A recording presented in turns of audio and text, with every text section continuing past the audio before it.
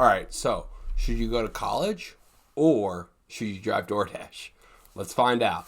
Before we get into it, guys, make sure to smash the like button and hit subscribe. All right, so I had a pretty interesting conversation with a friend recently, and he's a college dropout. Who I'm not. I'm a college graduate. And we were talking about the value of a college degree, right? And we got into discussing DoorDash, and it was interesting, right? Because I was saying to him, I'm like, who's better off, right? So let's say you're 18, okay? So you're 18 years old, all right? And you have a car and you have a place to stay for 4 years, all right? And I think a lot of middle class to upper middle class people find themselves in that situation. That's not a crazy hypothetical. When I was 18, I had a car and I had a place to stay. Most likely free of rent.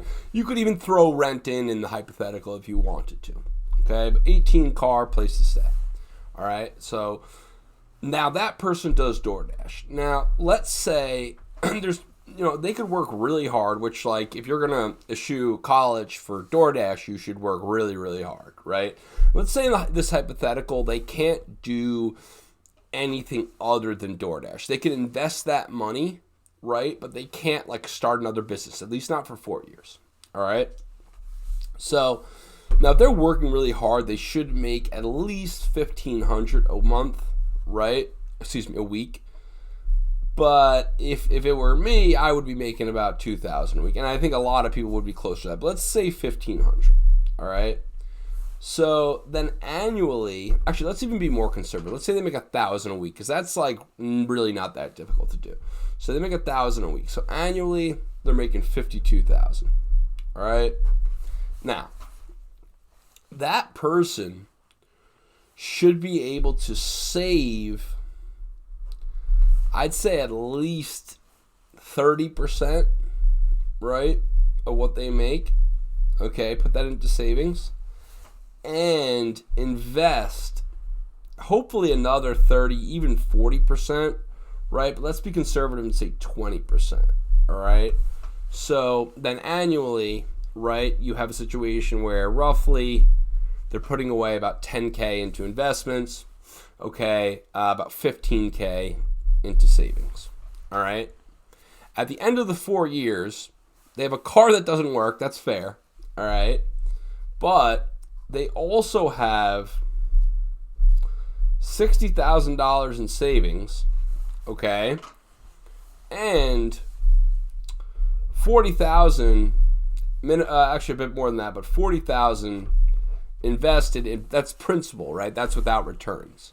Most likely it would have significantly higher returns than that, right? Especially if it were during this period, all right? So now that person, again, this 4 year period is up. They have zero debt. They have $60K in savings. And they have at least 40,000 principal invested. That is most likely well over 60,000. Okay, so their investment capital, they could probably never invest another dollar and retire at 60. That's another interesting point. Okay, so that's a fantastic thing. The other thing is they could very easily take that 60,000. Okay, invest that into a business. Let's say buy a semi truck, right? Hire a driver, okay? Do Amazon Relay, and buy 3-4 box trucks. Now they have a business, potentially making $250,000, $350,000, $500,000 a year. All right. Now they could also go belly up, right? But they also don't have any debt. Now let's go back to the college person, okay? Or now let's move on to the college person. So the college guy is 18. He goes to college, okay? And we're just going to do the typical college person. So let's say their tuition is $30,000 a year, which is pretty cheap. The school that I went to was double that, okay? Thankfully, I had a lot of it that was paid for.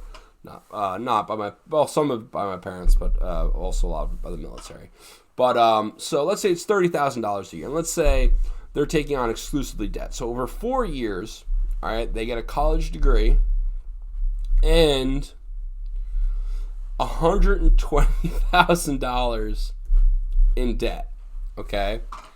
Now, assuming they didn't, even if they went to a top school, they're most likely not getting an incredible job at a school. But like, assuming they didn't study, let's say, like, computer science and find a really good job, because most likely, even if they did study computer science, they're going to start out at like 60, 70, 80, maybe 85, 90 if they're really good. But what's actually going to happen is they're going to come out of school with $120,000 in debt, a degree that really no one cares about, absolutely nothing invested into assets, okay, zero savings, and zero skills. The advantage they do have is there are some jobs that they can get that the Doordash guy cannot get, right? Their market value is going to be anywhere from like 50K to 60K. So basically they're going to make the same thing that Doordash Johnny has been making for the 4 years, except they took on $120,000 in debt, didn't make any money, didn't invest anything, didn't save anything. Who's better off? I think the Doordash guy. But there's a case to be made for the college guy if you're saying, hey, 10 years down the road, this business doesn't work out, right? He blows that $60,000. But I think we all know the answer. And it's interesting to think about. Anyway, that's all I got, guys. Hit the like button, hit the subscribe button, and I'll see you soon.